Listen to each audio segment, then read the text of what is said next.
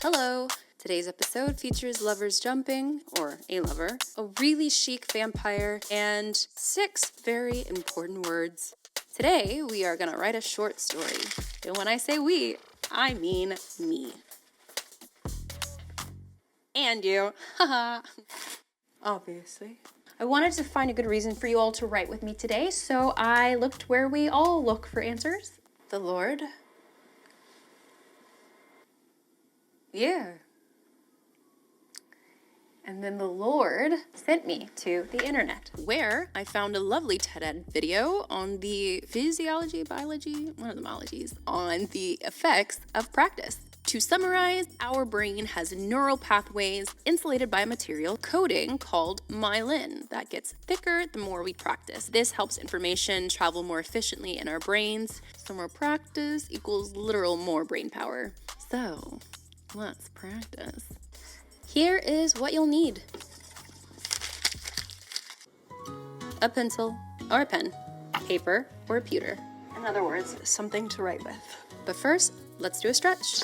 Our writing warm-up is the 6-word story, which means, well, we are gonna write a story in 6 words. No more, no less. Here are some examples. Together, they said,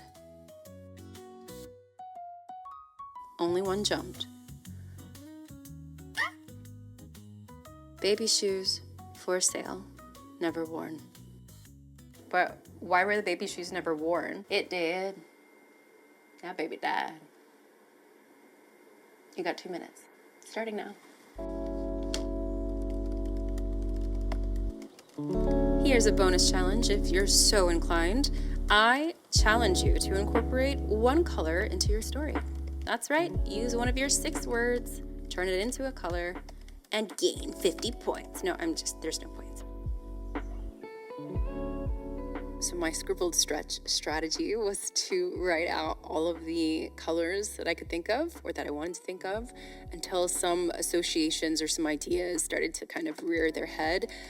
I generally feel like mental purging can feel really exciting for my brain, and that excitement kind of translates into instinct, and I'm a much better writer when I am writing from an instinctual place instead of trying to force ideas out or trying to critically think them into some kind of format. Practice is the repetition of an action with the goal of improvement. It's a bit surprising, but a number of studies suggest that once a physical motion has been established, it can be reinforced just by imagining it. In one study, 144 basketball players were divided into 2 groups. Group A physically practiced one-handed free throws, while Group B only mentally practiced them. When they were tested at the end of the 2-week experiment, the intermediate and experienced players in both groups had improved by nearly the same amount. As scientists get closer to unraveling the secrets of our brains, our understanding of effective practice will only improve. In the meantime, effective practice is the best way we have of pushing our individual limits, achieving new heights, and maximizing our potential. Crimson, black and blue. Court adjourned. Time. Warm up, done. It doesn't matter if it's good or not good. All that matters is that you tried. Okay, next.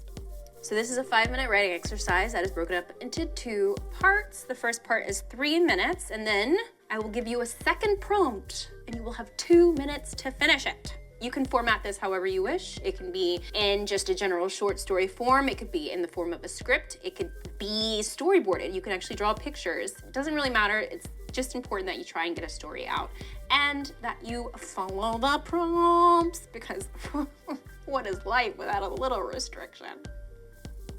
It's great. It would be great. It started to rain, so he started to run until he realized it wasn't rain at all. I'll give you 10 seconds to visualize or mentally prepare, and then when you hear the chime, you can begin. Beep, boop, beep, boop, beep, boop, beep, boop, beep, boop.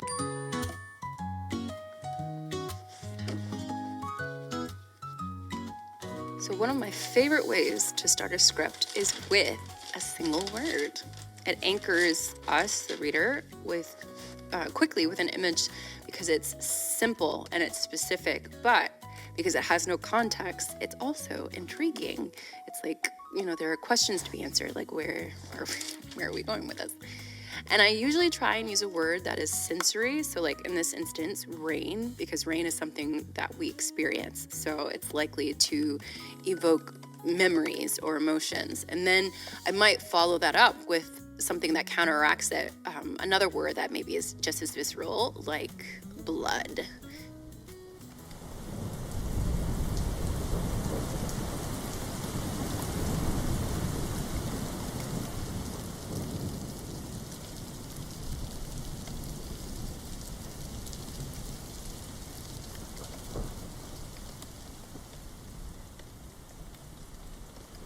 Rain. No. Blood. Falling from the sky. He rips a corner and skids to a halt. There. A silhouette hunched in the distance, but discernible nonetheless. Man. What do you want from me? What do you want?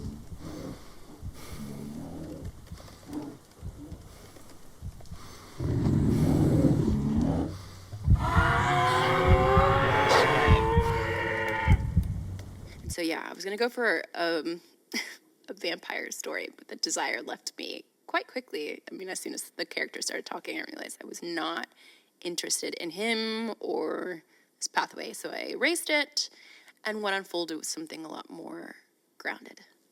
Also, here's a sneak peek at my first ever horror short I wrote and directed and started.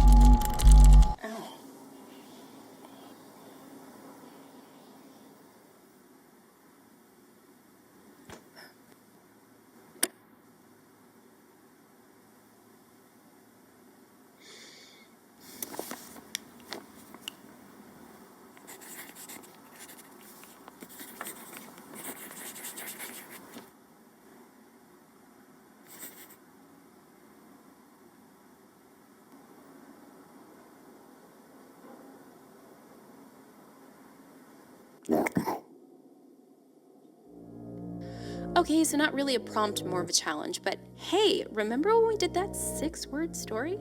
I challenge you to use one of your 6 words in this script. And if you're choosing to use like and or the, no judgment here.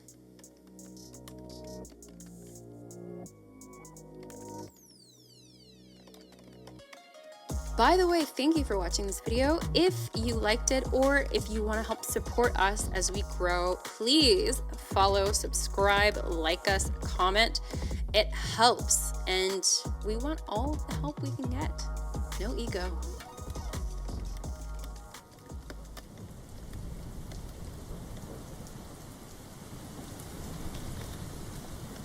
Rain. No blood, but think of the rain. It's raining outside. Henriette, voiceover. There's always blood the first time. I wonder if there's always rain, too. Henry's in the bathroom, wiping the blood trickling down her thigh. She stares at the crimson tissue in her hand, about to toss it into the toilet.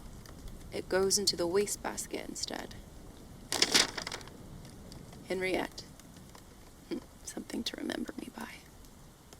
Henry shoots one glance in the mirror. She opens the bathroom window and climbs out into the world, into the rain. She's running. We run with her, her arms spread wide.